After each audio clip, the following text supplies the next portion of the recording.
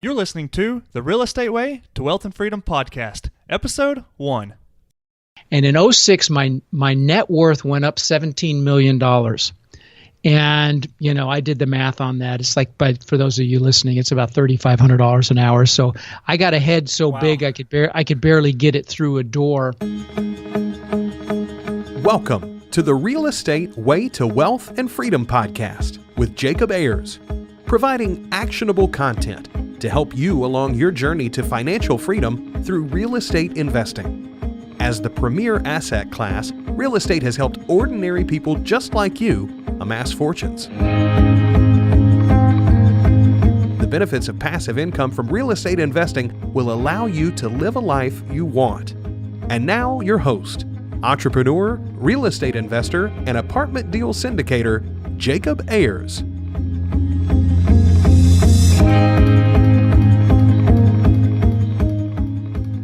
Hi, and welcome to the Real Estate Way to Wealth and Freedom podcast. I'm your host, Jacob Ayers. Today I want to thank you for tuning in to the very first true episode of this podcast, where we're going to be discussing the psychology of successful real estate investing with Rod Khleif. Rod is a real estate investor, entrepreneur, multiple business owner, author, mentor, peak performance coach, and community philanthropist who is passionate about business, life, success, and ultimately giving back. As one of the country's top real estate investors, Rod has personally owned and managed over 2,000 apartments and homes. Rod is also the author of How to Create Lifetime Cash Flow Through Multifamily Properties, which is considered to be an essential textbook for aspiring and experienced multifamily investors. As a community philanthropist, Rod founded and directs the Tiny Hands Foundation, which has benefited more than 45,000 community children in need. Rod has a compelling rags to riches story where he has soared from humble beginnings as a young, impoverished Dutch immigrant to incredible success today. Rod's experience involves both remarkable triumphs and spectacular failures, which he affectionately calls seminars. Today I welcome on the show Rod. Hi Rod, how are you? Oh, I'm fantastic, Jacob. Thanks for having me on the show, buddy. Great, absolutely. I hope you're doing okay down there in Sarasota, Florida, right? It's paradise. Life is every day I get up and I'm grateful that I'm no longer in the cold. So good. Well, that's great. Rod, could you start by telling us a little bit about yourself and a little bit about your background? Sure. Happy to. So I immigrated to this country when I was 6 years old. My mom and my brother and I, and we didn't have much money. We ended up in Denver, Colorado, where I lived for the next 30 years. And my mom made money by babysitting, and she babysit a bunch of kids. And the way I got into real estate was my mom ended up buying the house across the street from us when I was 14 years old. And I remember she paid somewhere in the 30s, I think it was low 30s for the house. And then when I graduated from high school, or when I was 17, just actually before I graduated from high school, she told me it was worth in the mid 50s. And although I flunked basic math, I was able to do that calculation, and I decided I'm getting into real estate. And so I got my real estate license, didn't make much money the first couple of years, but then I started buying houses in Denver and ultimately ended up buying over 500 houses in Denver in a buy and hold strategy. And it's painful to even think about because I wouldn't recommend that to anyone. I did have apartment buildings as well. Ended up buying a couple of hundred houses in Memphis, Tennessee, and a couple of apartment buildings there, and then ended up in Florida, where I bought over 13, maybe 1,400 houses, and again, apartment communities there as well. And I was really excited because in 2006, I had 800 houses and some apartment complexes here in Florida, and in '06, my net worth went up $17 million. And, I did the math on that. It's like, but for those of you listening, it's about $3,500 an hour. So I got a head so big I could barely get it through a door. And you know how it is when you get a big head, God or the universe has a habit of smacking you down. And right. For me, that was 2008. And so I got crushed in 2008. I'd over leveraged a little bit. And real estate here in Florida, taxes and insurance are so high that it can impact your cash flow. And so, I imploded in 2008. But what was interesting was I my multifamily did just fine. And it of course there was a contraction and there was a pullback, but it would have survived just fine if I hadn't cross-collateralized with all my single-family houses and everything. And so I realized that, had I to do it again, I would do it just in multifamily, that's actually the whole purpose behind my podcast, Lifetime Cash Flow Through Real Estate Investing, is to tell people that if they're going to buy and hold, long-term hold real estate, it's my suggestion that they focus on multifamily or other higher cash flowing assets than single family. Single family is great for wholesaling and flipping, but as it relates to long-term hold, I wouldn't do it, and I don't recommend people do it based on my personal experience. It's just a tough way to eke it out, and I'll tell you some other reasons.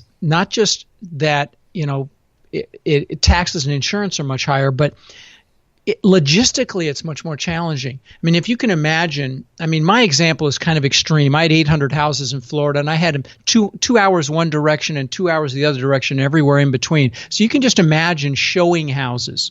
Okay, you've got to drive an hour and a half to show a house, or 2 hours to show a house. What if they don't show up? Or maintenance. Let's say you want to fix a property. You send a maintenance man. He's got to go to the house. He's got to determine what's wrong. Then he's got to find the nearest Lowe's or Home Depot, go get the materials, go back to the house. Chances are he'll need something else, so he's got to go back and get it. And so that's very, very expensive. Versus, having 30 or 40 or 20 or 10, just a number of units in the same location, and chances are the mechanical will all be the same in an apartment complex. It's going to be typically the same air conditioners, same furnaces. Plumbing parts will be the same. And when you have single family houses, every one of them is different. And so very, very expensive maintenance prospect in single family homes for a long-term hold as well. So besides being logistically and management intensive and much harder. So that's why my focus now is multifamily.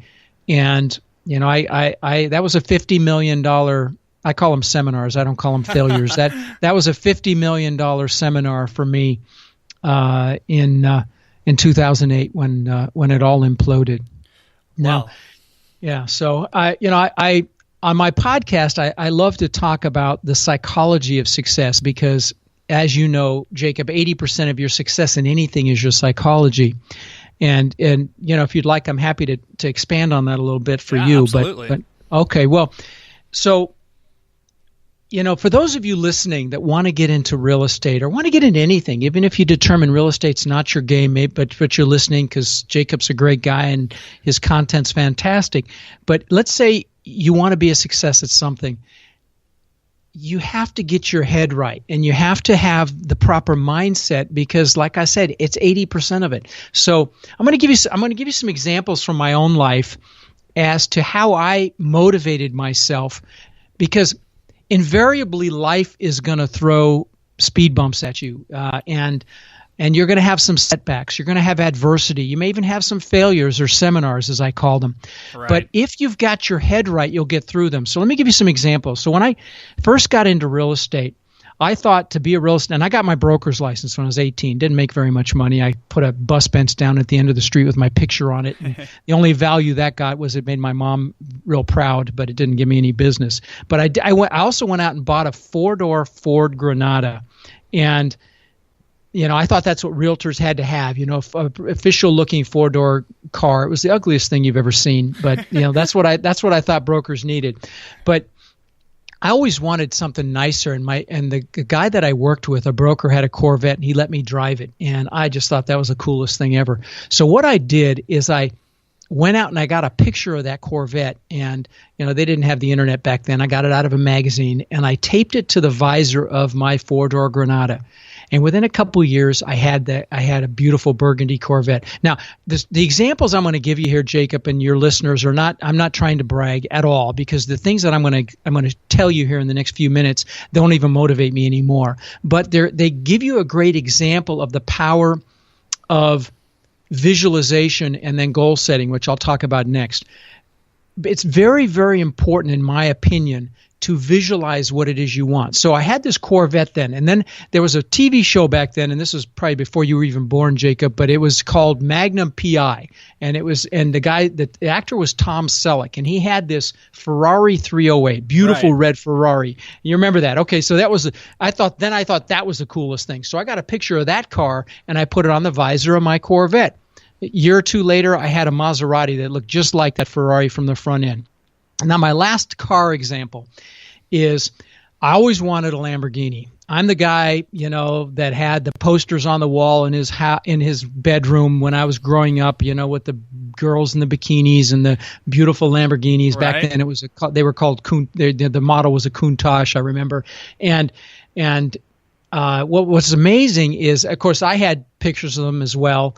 And what's amazing is my son, who was 10 at the time, collected models of exotic cars because he was really into them as well. And he had a model of the same color and style Lamborghini that I ended up buying, which I wrecked, by the way, which is another story. But visualization works, guys. In fact, I'll tell you, I've got my planner right here in front of me. If you could see it, I could show you. But in my planner, I have pictures that have been in here in the back of this thing, put in plastic, that have been here for 17, 18 years. And I've got the first few pages are gratitude pictures. They're pictures of my children and things that I'm grateful for. But then I've got pictures of the houses that I've wanted, the cars that I've wanted, the watches that I've wanted. And what's astounding is I have obtained 3/4 of these things, and they're still in my book. I wish I could show you to prove it to you because I'm literally leafing through them right now. But I've gotten these things. So those of you listening, there's two things I'm going to tell you here. And that is, one, know what it is you want, number one. Decide what it is you want. I kind of got the cart before the horse in this conversation because I talked about visualizing, but you really need to goal set first. And I recommend that you write down the things that you want. I take people through a goal setting workshop in some of my courses and coaching where I tell them to take the lid off their mind and write down everything that they could ever possibly want in life. And just everything, big, small, who you want to help, the houses you want, the cars you want, the watches, the motorcycles, the boats, the jet skis, whatever it is. Write all those things down. Who you want to do things for. I remember taking my parents and my wife's parents on a cruise. I bought them a car, I bought them a house, my parents. Things like that. Write all that down. Write down everything you could ever possibly want to learn, places you want to go. Then when you're done with that, I recommend you put a number by each one of those goals as to how many years it's going to take you to achieve them. You write a 1, a 3, a 5, a 10, or even a 20. And remember one thing, that people typically underestimate what they can do in a year, or overestimate, right? I got that reversed. Overestimate what they can do in a year, but grossly underestimate what they can do in a decade. So I highly recommend you do this. Write the numbers by each goal. And then, and let me back up again for a second. I don't know if your listeners or you are familiar with a term called the reticular activating system. And what it is I'll describe it. I'll give you an example of it actually, because your brain is always filtering out thousands of things every moment of the day. Like if I tell you to focus on what your feet feel like right now, then you can focus on it. But your brain is ignoring that because it's focusing on what you're listening to or what you're looking at. Right. That's your reticular activating system's work. And an example of it would be if you've ever bought a car, you never really noticed that car before you bought it, but then once you buy it, you see them everywhere. That's an example of it. And that's why the power of writing your goals down is so critical. And so, you have to do it. If those of you listening, you want to get into this business or any business, you want to be a success financially, you have to write your goals down.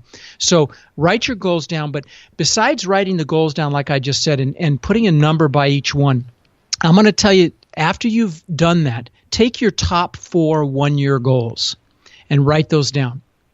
Now, that's important. What you just did is very, very important, and you'll be ahead of 90% of the people out there if you've just done that. But if you really want to maximize this, do the next couple of steps that I'm going to tell you now. Okay. For each one of those one-year goals, write a paragraph why it's an absolute must, why you have to achieve that goal in a year. So, and use emotional charged language, like, because, I'll feel fantastic, because I'll use words like awesome, fantastic, whatever charges you as to why it's a must. But don't just stop with the positive reasons why it's a must. Also write some negative ones down. Like, for example, if I don't, I'll feel like a failure, or I'll feel like I left my family down. Put some pain in there too, because people will do more to avoid pain than gain pleasure. So include positive and negative reasons why you have to achieve those goals. Then the last step is get pictures. Go on Google, find pictures that resonate with you, maybe juice you emotionally as it relates to each one of those goals. If you look here in my office here at work, or my office at home, or my exercise room, you will see pictures of the things that I want now, things that juice me now. And like I just gave you my example of my planner, I'm old school. I still have a day timer. It's called a Franklin Covey planner now. It was called a day timer. I'm familiar with them. But they're real old school. But I've got these pictures in here. Like I said, I've gotten 3/4 of these things. The Rolls Royce, the Lamborghini, I got all that stuff I've gotten because I focused on it. So those of you listening, what you focus on, you get. So make sure it's positive. Make sure it's what you want, because if you focus on the negative, you're going to get more of that. But those are my suggestions for getting your mind right. Get your goals, get your whys, get pictures of your goals, put them in front of you where you see them every day. And I'm telling you, they will manifest. That's just the way it works. Focus on them.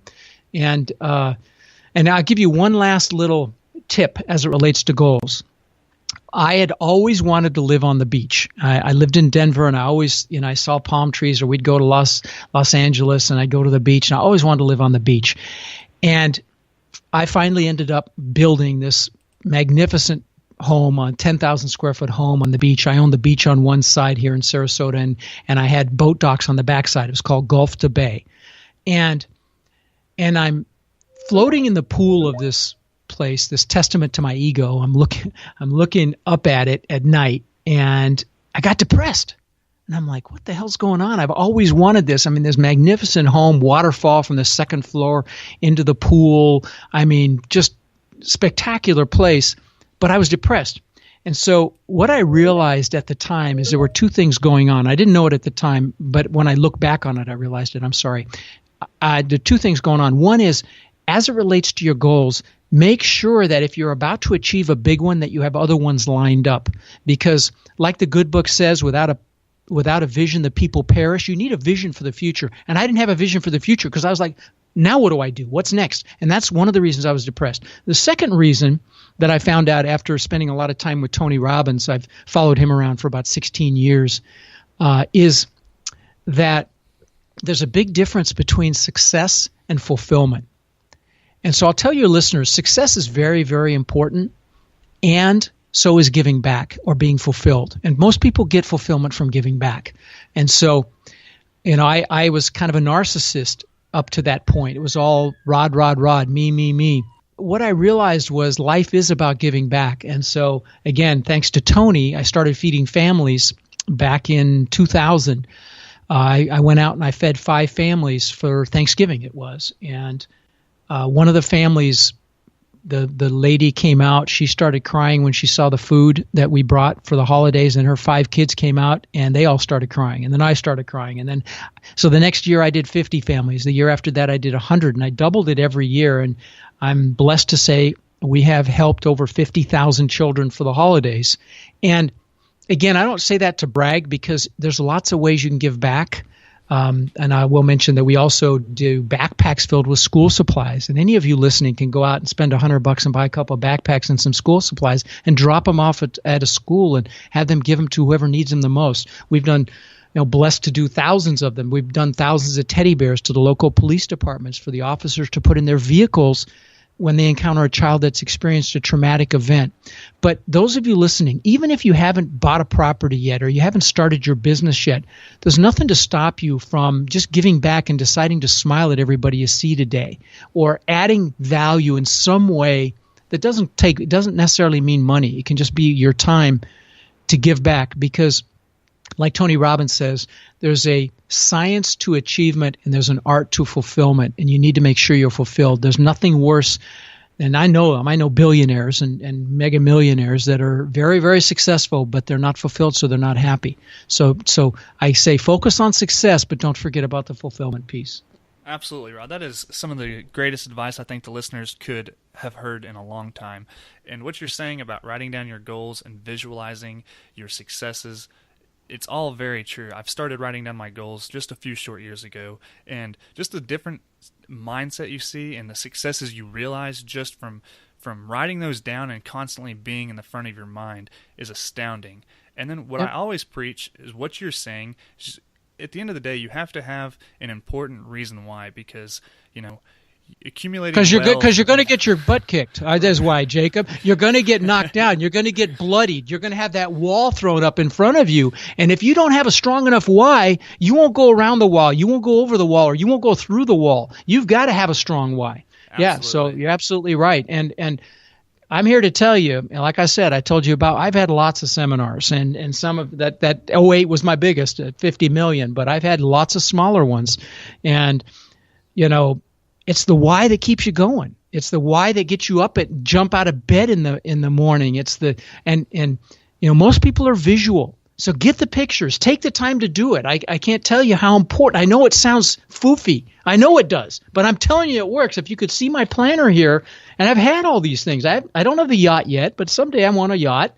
And again, a lot of the stuff I want to do more for people. I want to build schools in Latin America. There's things I've changed a lot of, and these things change over the years. Your whys change and your goals change.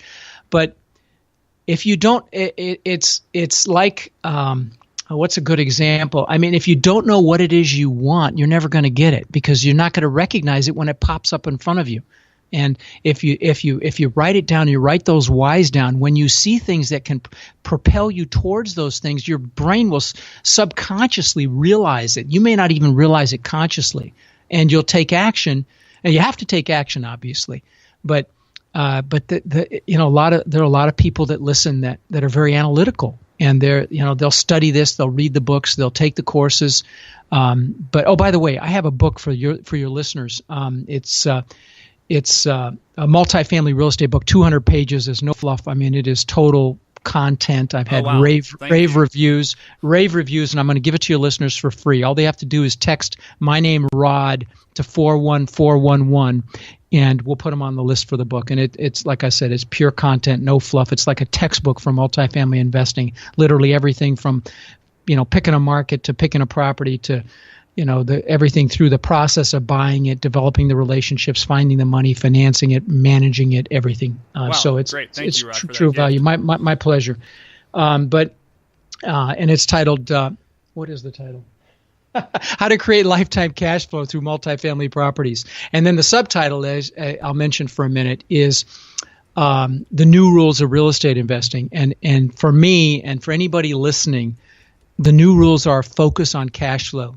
I have my students, coaching students, or people that are getting my course that will email me a listing and they'll say, well, yeah, it sold for $2 million 5 years ago and I can get it for $800,000. And I say, I don't care. What's the cash flow? What's it gonna, what's the NOI? What's the return? What can you expect once you have debt on it? Because that's what matters. Because ultimately we're going into another contraction. And if you're focused on value, you're going to get crushed. You need to focus on cash flow. So there's a chapter in the book about that. And I highly recommend those of you thinking about multifamily, it's free, so you can't get a better price than that. Check it out and get some value. Great. Thank you for that. I think those words of wisdom coming from someone like you with your experiences carries a lot of weight. So, you have to be focused on cash flow, and you can't be, only focused on value, because as you've seen, even with large, successful single-family home and multifamily business in the downturns, that just won't carry you through. So great advice. So, Rod, let's back up here for a second. So you've got your broker's license at 18 years old. You started buying single-family houses, and you've bought an enormous amount of houses. I mean, when you hear the numbers of 500, 1,300, 200 units, your mind automatically gravitates towards multifamily properties because that's just what makes sense. But you did that with single families. How did you build such a large business through single-family homes with that kind of magnitude? Well, I'll tell you how. I did what other people aren't willing to do. And those of you listening, if you want success, do what other people aren't willing to do. In Denver, I went out and knocked on doors of people that were in foreclosure. And I did it every night for almost a decade. And that's not true. I exaggerated. Probably about 6 or 7 years. But every night I was out, Monday through Friday. I was out knocking on doors in my little Subaru Brat, ugliest little pickup truck you've ever seen, knocking on doors and buying houses. And that's what I did, because most people aren't willing to do that. But in today's day and age, the resources you've got available, I will tell you, go get a list of property owners, mail them. If you're doing multifamily, I recommend that you go to the Secretary of State's office, find out, who owns the LLC that owns the property, and drill down and get the owner's name of the LLC and mail them. And if you want to take it to another step, pick up the phone and call them. Hey, Have you ever thought about selling? That's how to do what other people aren't willing to do. And very few people will do that because they don't like the rejection. But all they can say is, no, I'm not interested in selling. Okay, well, you mind if I call you in a year to see where you're at then? No? Okay, boom, and start a database. And I have a client that bought a 30-unit apartment complex by mailing 300 handwritten letters. Nobody does that. Who writes a handwritten letter? This couple did it in Houston. They bought it. They bought a fantastic deal. They've got $10,000 a month in cash flow. Once they stabilize it, they'll have $10,000 a month in net cash flow, because they wrote 300 letters. There you go. So that's how I did it, by doing what other people aren't willing to do. And that's what I recommend to your listeners. Yeah, absolutely. Great advice. Great stuff. Thank you. So what are some of the current projects you're working on now, Rod? You've expanded in the multifamily space. You've got a large business. What are your current projects looking like? It's funny. A couple of things, actually. We are actively looking at, I'm focused now more on smaller apartment solutions, because the bigger complexes, there's so much competition and so many people hot after those deals. I'm in the 40 and under space, and I'm also looking at mobile home parks. I love mobile home parks, and my family and friends are big in that space, and I'm getting into that space. So I've had a team in the Philippines for the last 6 months, honing mailing lists in multiple states. And getting phone numbers and all that. And we're going to do an outbound call campaign, and we're going to do all the things I just described for your listeners to find deals. And that's what I recommend. And then the other thing is I've taken hundreds of free calls from my listeners on my podcast, and many have asked me to mentor, coach, or do course. And so I finally broke down and I did it. And I can humbly say I've got the best multifamily course in the business. That will go live here in a couple of weeks, depending on when this airs. It's April now, but probably in a month or so, at max, it'll go live. And so that's the other big project I'm on, is helping awesome. people achieve lifetime cash flow, like yourself. Do you want to give us a little teaser about that program? Well, I can just tell you it's. I've done most of the courses out there, and I can humbly say it's. I think it's the best out there, and I can say that with confidence. And it'll also include coaching and accountability, and software, and on and on and on. I mean, it's just a real quality product, and it's really meant to get somebody from nothing to owning property very, very quickly. So. That's how I geared it, and I incorporate a lot of the psychology of success, because, like I can say ad nauseum, you can know the mechanical stuff, you can know how to do real estate, but if you haven't got the mindset to take action, it'll never happen. And so, I spend a lot of time on that and helping people deal with the inevitable setbacks and obstacles. So there's a lot of that content in there as well. On my podcast, I do two segments every week. One is an interview segment like you're doing with me here, and I interview experts in the space as well. And then the second segment is a little clip called Your Driving Force Success clip. Your Driving Force Success tip, where I talk about the psychology of success. And I do that every week, and I think that's been really well received, and one of the reasons that we're over 1 million downloads now. So, I believe people really appreciate and realize that mindset is such a huge piece of success in anything. Yeah, absolutely. So we've talked a lot about the psychology of success, from goal setting, visualization, and developing your reasons why. Now, next, when you've got all those things down, you're ready to begin your investing journey. I think it's really important to start surrounding yourself with the right people and building a team around you. Now, I'm sure you have plenty of experience. You've talked about your team in the Philippines, and I'm sure you've got a great team here in the U.S. Could you talk a little bit about the importance of building teams and how you've built yours and how they've contributed to your success? Sure. The real estate is not a one-person game. If you want real success in real estate, or in my opinion, in any business, it's a team sport. And so, if you're brand new to this business, start by going to your local meetups and your local RIA groups and meet people and get out there and talk about what you're doing and develop relationships. What components do you need on your team? Of course, you need to develop relationships with brokers and hopefully try to get off-market deals, which is going to be hard to do in this market today, because if you haven't closed on a deal, they typically won't give you the time of day. But develop those relationships, nurture those relationships, be responsive if they send you a deal, even if you're not going to take it down, tell them why. So that's number one. Number two, you certainly want a real estate attorney on your team, or one that you can consult with a transactional attorney that can help you write offers. If you're going to write anything bigger than a 4-unit, you definitely want an attorney to write the contract.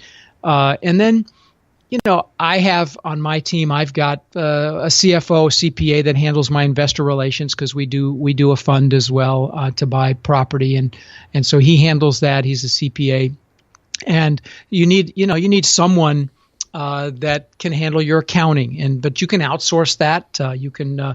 There are lots of outsourced solutions for bookkeeping and accounting, but you want a good CPA, particularly if you start getting into multifamily, because there's some fantastic tax benefits. There's, you can cost segregate a property and maximize your depreciation your first few years, which is fantastic. Saved me $600,000 last year.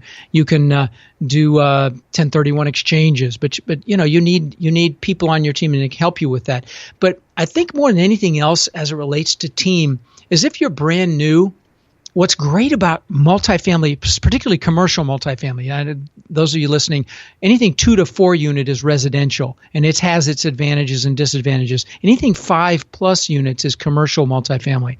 As it relates to commercial multifamily, what's beautiful about those is the bank will look at the team. They won't just look at an individual player. If you've got 2 or 3 people on a team. So if, for instance, if you don't have the income or you don't have the credit, bring some people in on the team and put a team together that can take down the property. And so that's one of the big advantages with commercial. Now, there's the advantages with residential. For those of you that are brand new, it's a great way to start residential, because low down payments, 30-year fixed financing.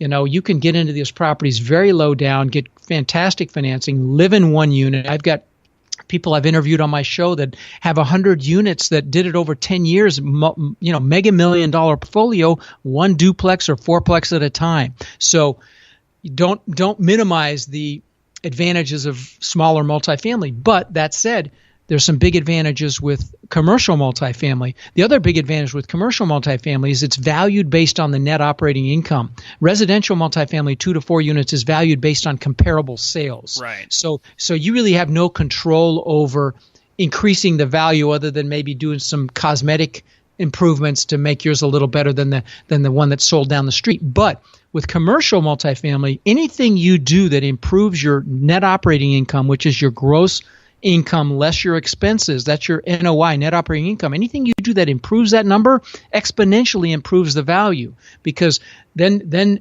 you multiply that NOI by a cap rate, and that determines your value. So literally, I could give you examples where you can, I'll give you a big example just because it's a wow factor, but in a 100-unit complex, if you do, and I don't have a calculator here in front of me to do this exactly, but if you do a $20 rent increase, or you, for example, bill back some of the utilities and do a $20 per unit improvement to the NOI, it can equate to a $400,000 improvement in the value of the property.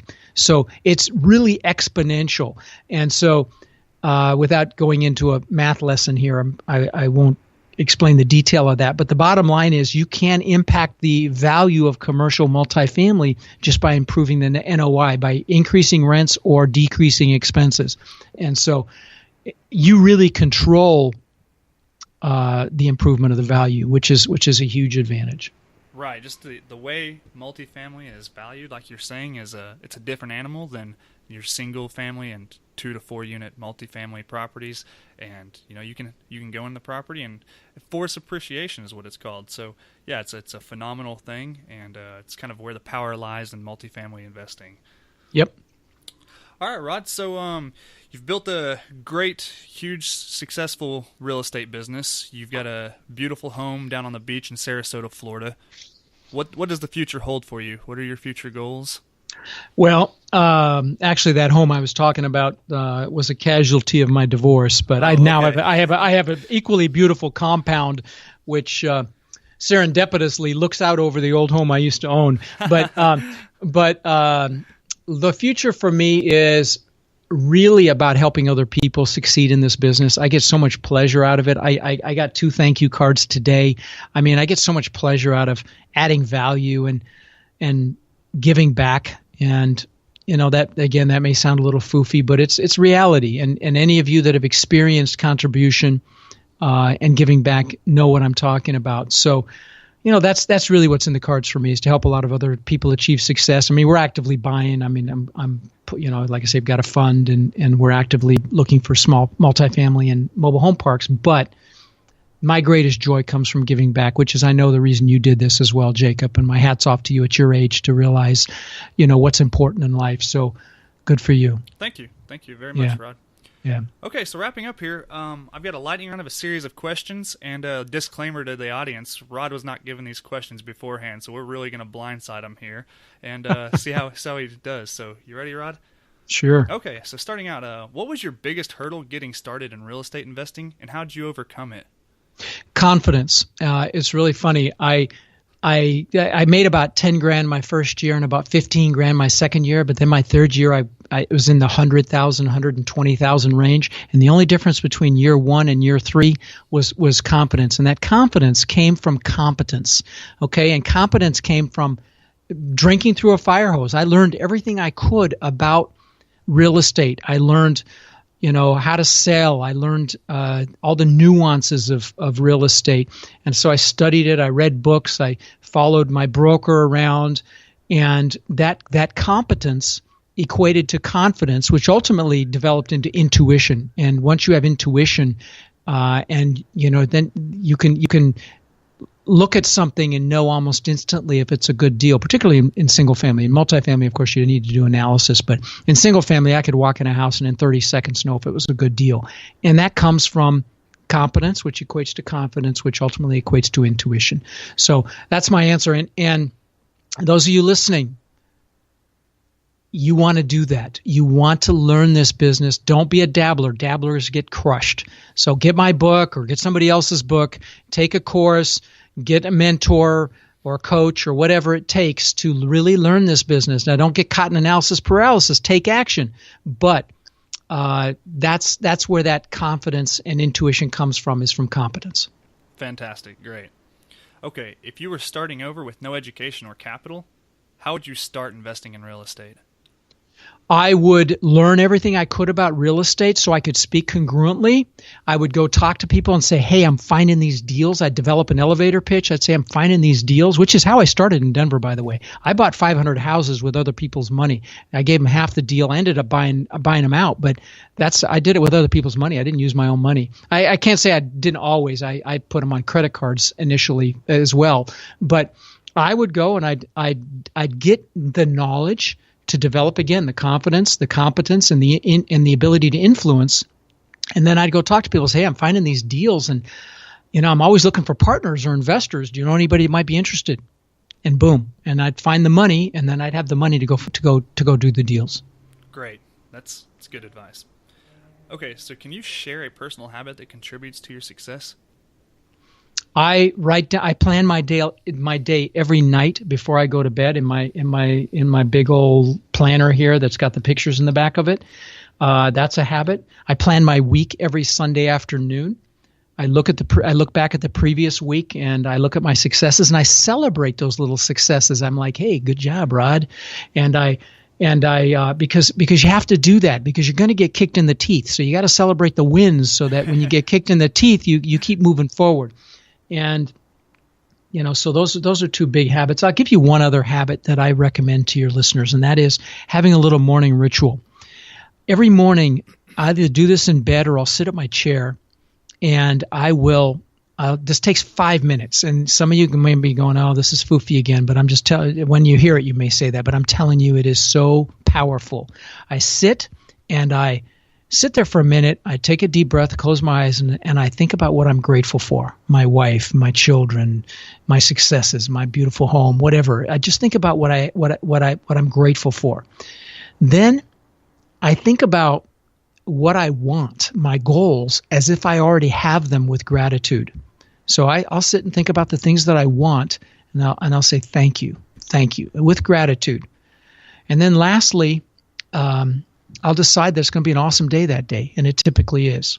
So I highly recommend that morning ritual. Some people meditate, some people do prayer. That's my morning ritual, and it's very, very effective. I literally try never to miss it. Great, that's fantastic. Rod, can you share an internet resource that you find valuable, something maybe along the lines of like a Bigger Pockets? Yeah, I compete with them every day for number one spot in real estate on iTunes. So I don't want to use them as an example. No, I'm just kidding. They're fantastic. They have a ton of value to add. They're the 800-pound gorilla in the space. I definitely recommend them. Oh boy. Yeah, I'm a little bit technologically challenged. I've got an incredible team that handles most of my tech stuff, but let's see. Well, here, let me take this one for you then. Okay. I've been a listener of your podcast for quite some time now, and I find that a very thank you, resource. thank you for that, buddy. Thank yeah, you. That's absolutely. really very kind of you to say that. Thank you. So if they were asking me, that would be my answer. Oh, that's very kind of you. Thank you. Okay. Now, here's surely one you can answer. What book would you recommend to the listeners, and why? Oh, gosh. There's so many. I mean, it really depends on what someone's looking for. If they're looking for anything psychology-related to get mindset, I love The Slight Edge. I love anything by Jack Canfield, anything by Tony Robbins. The One Thing with Gary Keller, the owner of Keller Williams. Yeah, there's tons of books that are great like that. And what else? I like Jack Canfield, The Power of Focus, The Magic of Thinking Big. Those are great books that I've gifted a lot of. The Secret, of course, about the law of attraction. I never realized what it was, how I was getting all these things in my life, and it's the law of attraction, having the pictures, visualizing. And for multifamily, I think my book does a really good job. And it's free. So it's kind of crazy not to take advantage of it. It won't be free forever, by the way. I've just got my last testimonial, and I'm going to put it out on Amazon, and then I'm going to pull it from the website. But yeah, is that enough? Yeah, absolutely. That answers everything very well. Well, Rod, we certainly appreciate all of your knowledge and insight and time today. My pleasure. Yeah, if those of you listening enjoyed, check out my podcast as well. I'd be grateful. I think you'll get value, lifetime cash flow.